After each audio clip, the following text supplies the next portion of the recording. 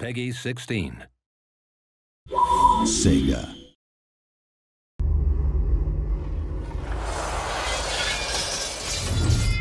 Hello and welcome to the first update video for Total War Arena. This update video will be focusing on the latest update for Total War Arena, Patch 10, which is live right now. We'll also be taking a look at future updates arriving shortly. These updates include some of the most significant changes to date, introducing a whole array of new features, including changes to collision, combat, rewards, UI, and commander abilities. The major new change we're going to be taking a look at is the introduction of soft collision between hostile units. Soft collision completely changes up how combat works in Total War Arena on a moment-to-moment basis. For instance, the strategy of players pulling through another unit by repeatedly clicking to run through them will now seriously hamper their ability to do so. In this scenario, we can see the cavalry player try and break free of the spear unit. For this test, we spam click the area behind the spear unit and to the sides to try and wriggle free with no success.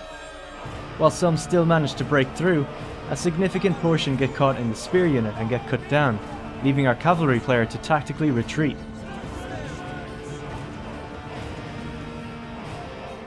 It was never that smart to charge cavalry frontally into a spear unit in the first place. A much more common scenario is missile units evading cavalry. With the new collision changes, you can see that missile units have a much harder time breaking free of cavalry. In this scenario, we employed the same strategy as before, spam clicking the missile units to run and break free of the cavalry.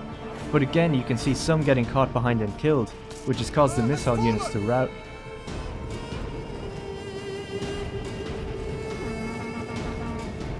Greater importance has been placed on the timing and placement of charges. Without a charge, units will come together much how they did before, in rigid battle lines. With a charge, however, units will break through the lines of infantry and become embedded in the other unit. This makes reforming your unit a lot more difficult the more entangled they are. However, depending on the success and strength of the charge, the enemy will receive a knockdown penalty, literally throwing them to the ground. This buys the player valuable time to pull out of the unit to avoid being entangled. This allows for lighter units to effectively charge heavier units, knocking them down and escaping before they can get back up. Skilled players will learn just how much time they need to get in and out to maximize damage with any unit, adding a new layer of strategic depth to the battlefield that rewards skilled and informed players. As a result of these changes, battle lines are much more common now as units push and pull against each other. As more tactical placements are made, sturdy battle lines form, protecting missiles and allowing for flanking maneuvers, which give greater importance to player roles on the battlefield.